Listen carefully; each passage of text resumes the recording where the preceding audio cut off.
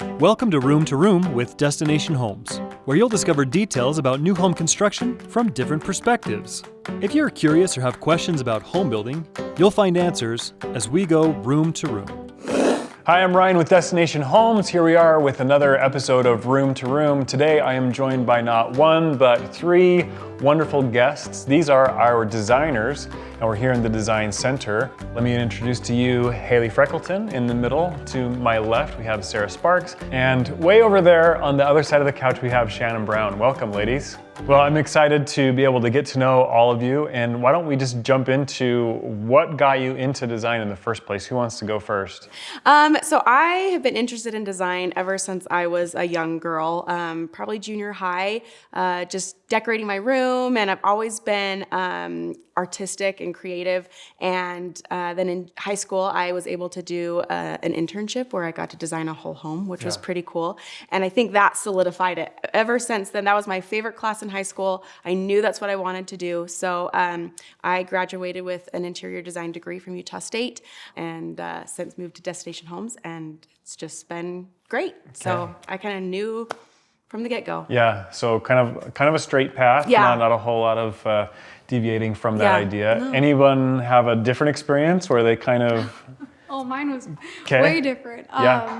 So same. I mean, little girl loved, like, every week my mom would come in and I had everything pulled apart and was moving things around and just changing things up, had the Pottery Barn magazine laid out, like what I wanted it to look like.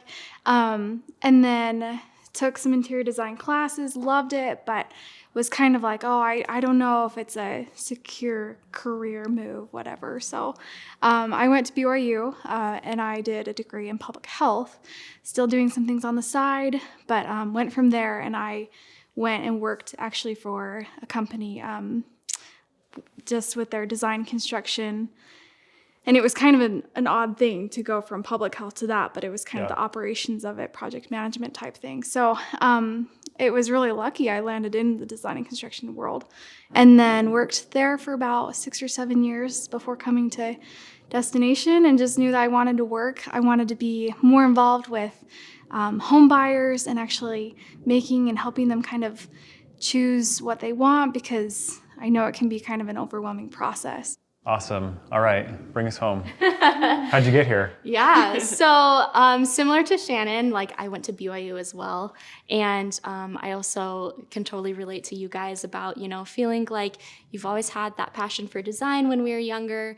So mine, I feel like I was interested in all kinds of design. Like, I was interested in clothing, graphic design, like social media, photography, that type of stuff. So actually, in high school, I was working towards marketing. And then once I went to BYU and graduated, I graduated with my degree in PR. But I also got a minor in design and business. So right off the bat, after I graduated, I started working a career in marketing, and just kind of quickly learned that it wasn't really my thing. I actually kind of felt like I really lacked that creative freedom that I was really wanting to have in my career, and just kind of had this realization that I wanted to do something that I was really passionate about. So after graduating from college, my husband and I went through the process of buying a home, and we actually went through a similar process that our buyers will go through, where we'll pick out all of our selections and go through the design center, all of that. And after going through that, I just kind of realized, like, this was my thing. I loved doing it. And I could totally see myself in that kind of a job. Well, thank you very much. I love just the different paths, and maybe this is a hard question right out of the gate: choices. I mean, the Design Center is all about choices. Choices are hard, right? Is that a difficult thing for you personally when you are considering, like, how are we going to design this space? Like, I've got all these choices. Is this the right choice? Do you doubt yourself? Like, who wants to weigh in on that? It's really funny, because when I am designing the spec homes, or even helping a homeowner design homes, it's so easy for me to pull it together. It's like, I know this looks good with this floor and these cabinets and these counters, and they're so good. If I have to do it on my own house, I'm a wreck. All of a sudden, I have no idea what I'm doing. So it's kind of funny. But I'd say, like, when it comes to being at work and helping others do it, it's not hard for me. I can totally do it. Yeah, it's fun, and it is. You it's kind fun. of, I think, when it's your own home, and we feel this with our home buyers because you want it to be just right, and so sometimes you may get overwhelmed by the process. But I think that's why it's so helpful to have us here, because we're able to kind of take a step back, say, trust us. We've been doing this. We kind of know. We know what's been going on in the industry, what people are doing. And so they can kind of say, okay. But yeah, it's funny that when it's your own space, you kind of have that, you get paralyzed a little bit. Yep. But that's what I think is so fun for us, because then we can get in there and kind of just walk them through that and digest it step by step and not feel so paralyzed. Yeah. Right. And I also feel like pictures are really helpful whenever our buyers come in with photos of what they're interested in or what they'd like to achieve with their home. It's really nice for us to be able to get that instant understanding of what kind of style they're going for, what color scheme they want, and it helps us be able to help them narrow down their choices. Yeah. So I'm hearing a couple of words, choices. People want choices, right? But choices in abundance cause overwhelm. Totally. Any stories stand out as far as how you've been able to help someone that has just been completely overwhelmed with that list of things that they need to choose for a home? I think we have our process pretty dialed in to where we have things broken into agendas so that they don't come in, walk into our space, and we're like, all right, what do you want to do? And so we can kind of say, okay, we're going to talk about your kitchen. Do you like painted cabinets? Do you like wood cabinets? And then that can kind of help narrow it down. And then we can say, okay, based on what you've said, here are your 2 selections instead of 20 selections. And so I think, again, that's where our role is so important. But well, you take this big thing, like this massive house, all the things, and it's like, let's digest it little by little, because someone could come in here and just be like, I don't know how we're going to do this. And you're like, well, you don't have to do it all at once. We're going to start on the outside. Okay. Just think about that. Forget about all the other things. Right. And then just help them just in little tiny bites, right? Piece by piece. Yep. Yeah. Well, and that's the way we've got our appointment structured is to avoid that overwhelm. And we just take it piece by piece. Like, okay, next time we're worrying about bathrooms. Today, all we have to do is your kitchen. And so a lot of times people just tend to, okay, I can handle that. I can handle, room by room or, section by section. And it really helps people to be able to focus, really get what they want. And then we avoid the burnout, we like to call it, like towards the end, we're like, I don't care, just put something in. We avoid that, which is we want to. We don't want, people to get burnt out on decisions, because there's such a thing as like choice fatigue, where you just make decisions all the time and you just get tired of it. And then you're just like, I don't care. Right. So we try and avoid that. And that's how we do that, by breaking up our appointments so that we, can focus on certain you're serving parts. the customer in that way. Yeah. Very good. Yeah. And I also like to tell people, like, let's treat this appointment as like your wish list day. Just right off the bat, what do you like? And just really trusting your instinct and going off of what kind of materials and styles you're drawn to. And that way we can just, get a better understanding of what they want to build in their home and put it all together. I'm there for them to be able to help guide them in the right direction, but I ultimately want them to pick out what they like and what they're going to be happy with in the long run. We are in the lighting lounge, or the lighting layer, as sometimes we call it, in the design center. And obviously there's a ton of choices, right? And we've talked about that a little bit, but I want to get into the nitty-gritty a little bit. Like, what are some of the examples or stories that you guys have of just like helping people through this, husbands, wives, partners, like, tell us. Let's start with something funny. I would say we get so many people, and everyone's different, which is so fun. You just never know what you're going to get, And so it's really fun to have people come in and have their different personalities. We get to often play marriage counselor sometimes, which is fine.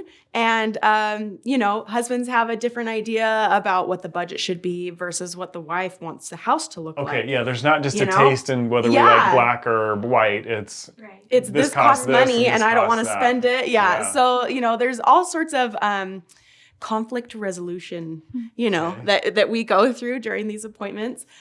We had a woman come in and she loved the color pink. Her hair was pink. She was the coolest. They were the best. They were awesome. And she came in and wanted a pink front door. We talked about doing a pink island and some other pink things in the house.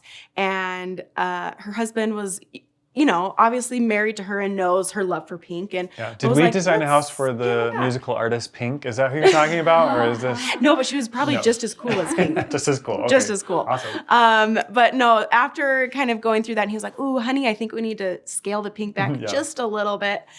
We landed on doing a pink shower for them, and it turned out so cool. But just the interaction between the two of them, talking about what items in their house was going to be pink, was a lot of fun. And their house turned out really, really cool. Okay. We love it when people come in and want something different. And so it's always exciting for us when people come in and they want something that's not the norm. So that was fun to do a pink shower. Yeah. So. Any other stories where something outside of the regular day has kind of caught your eye? Oh my goodness. I mean, there's so many little instances, but I think a lot of it is you kind of do see how couples kind of come to a resolution, and especially with the style they want for their house. And there was one couple in particular that I loved working with. They were so fun. They came in and I loved because they kept asking me like, "Oh, what do you think?" Which is always fun for us to give our 2 cents. But they had this cute little system where they would rank something on a scale of 1 to 10 as to how important it was to them. Yep. So if she'd be like, "Honey, what do you think about this faucet?" And if he said, it's a 1 to me, he's like, I could care less, like, go crazy. And it was just so fun to see like but if he said, no, having like 20 outlets in my office is like a 10 to me, she'd be like, oh, okay then, like, that's what we'll do then. Yeah, and it was such a fun way to see like them kind of communicate that. And it's kind of been interesting, and you see that different way, and whether, some have very, very strong. Sometimes they both have really strong opinions and they're not always the same. Right. Yeah. But so it's just fun to see kind of how different people come to that and how we can kind of help them navigate those. Yeah. And that scale actually reminded me of like also helping buyers not feel as overwhelmed. Like flooring is like a really big deal for most buyers, especially because of how permanent it is. Yeah. And so I've had buyers who like really don't know what they like with flooring. So I'll just pull one out and be like, how do we like this? And compare it to the next one, like the one right next to it. And I'll be like, this or that, And then they'll say that. And then I'll pull up a different one, this or that, And then we'll just do it by the process of elimination by finding the one that they really like. So, yeah. It's a fun game. Yeah, just kind of make it a game. Yeah. And so how much of these interactions influence how our process actually evolves? Does that make sense? Like, I really like this idea of, well, this feature is a 1 or a 10, and that's happening between the couple, but have we incorporated some of these cues that like, oh, next time I have a problem couple, maybe I'll help them with the way the Johnsons did it or whatever. Mm-hmm. I think you definitely learn kind of your own style and how to work through those situations. Yeah. Whether it's helping them come to a resolution, whether it's you taking a break and stepping out so they can discuss it or hash it out, whatever. Yeah. But yeah, I think, just as individuals, and I know like we're always kind of continuously trying to improve. And so it's like, what can we do to make this more comfortable for them and just remove those barriers and those hurdles? Yeah. I love, what you just said, just make it more comfortable. They don't know what's on the other side of the front door to the design center. Like they have no idea how overwhelming or whatever it's going to be. And so just to be able to bring them in, take them by the hand, and just help them comfortably, like we said earlier, just like little by little, you'll be okay. Yeah, and then it happens, right? Yeah. Let's talk about the final product. You guys do this a lot. Does it get old? Is it just like after a while, it's like, oh, this is my 100th home and we've done this interior that many times. Like, is that true, or is it always exciting every time? I don't know. I say this is the designing the spec homes, which is the part of the design that I get to do a lot, is the funnest part of my job. Because it's the same, I have the same structure, I've got that structure built in, but it's a different house every time. And so that's where I get to let out my creativity and what I put into it. Sometimes walking the final product, I go, oh, like that turned out really awesome. Or sometimes I'll go, never again. Okay. I'll never do that again. I learned lessons that way. But no, it's fun to be able to keep designing houses. And even though we come to work and do the same thing every day, it's literally different every single day. Yeah. So whether I'm designing a spec home with no homeowner or you guys are, walking the buyers through the whole process, no buyer is the same. Yeah. So the difference is there. That's cool. I mean, everyone, you could have 10 buyers in a row all do white cabinets in their kitchen, but they're all going to choose, or even if they choose the same countertops, the different things that they choose, and somehow they find a way to infuse their personality into it. And so everyone's just a little bit different. So it's kind of a fun challenge too, because I feel like we have to kind of try to interpret that and then adapt and figure out what they want. And so, I don't think it's ever boring. Yeah. It's always changing. Ladies, I want to talk about different styles, okay? I'm not really super versed on what's Victorian, what's farmhouse, what's arts and crafts. I mean, I see the stuff on the collateral that we build and all that kind of stuff, but what does it mean for you? What does it mean for the people coming in? How are these things helpful in our design interactions with folks that come and design their homes? Sure. It's funny because people do use words like that, farmhouse or Victorian or traditional or modern. And those words mean a little bit different to everyone. And so I think it's more important when people bring their photos, like you mentioned, Sarah, of kind of the vibe or the feeling they are wanting to create in their home, is much more helpful, I feel like, than coming in and being, I want a traditional house. Because my traditional might be different than Sarah's traditional, that might be different than Shannon's traditional. And so it's easier to go off of photos and kind of the vibe they're going for, and we can direct them into what options we have as far as what's available to them. Yeah. Any other thoughts? Yeah, I mean, I think exactly what Haley said, and it kind of just depends on the feeling that they want. If they really like just those crisp, clean lines and they want it to feel white, and or if they want it to feel a little bit more warm, just kind of these cue, trigger words that I think we know to look for to say, oh, okay, that kind of translates into this style or what we might have in mind when we think of that. And so, I love it when someone brings in and they can show me a Pinterest board, and then we can say, okay, let's work off of that and build off of that. Yeah. So someone says, this is how I want my house to feel. How do you know that it's going to be the dark hardware versus the gold or something like that? Those are the things that scare some people, right? They don't want to make that tough decision. How do you help them? Oh, that's a tricky question, because I think sometimes that it's, you get down to the nitty-gritty level, and it's not so much just a specific style. It's more almost 20 questions. What comes to mind? Do you like black or do you like gold? And then going back to trusting your gut, and then kind of just taking that initial style and making it your own.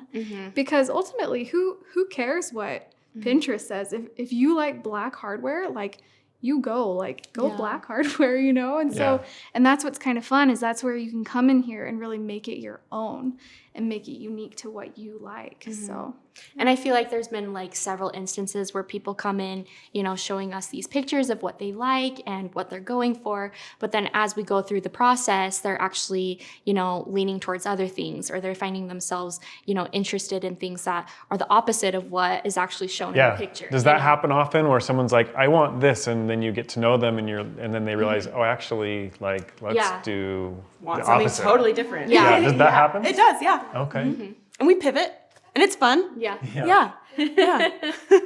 Well, that'll do it for us on this episode of Room to Room. Thanks for joining us, and thank you all for joining us, and we'll catch you on the next one.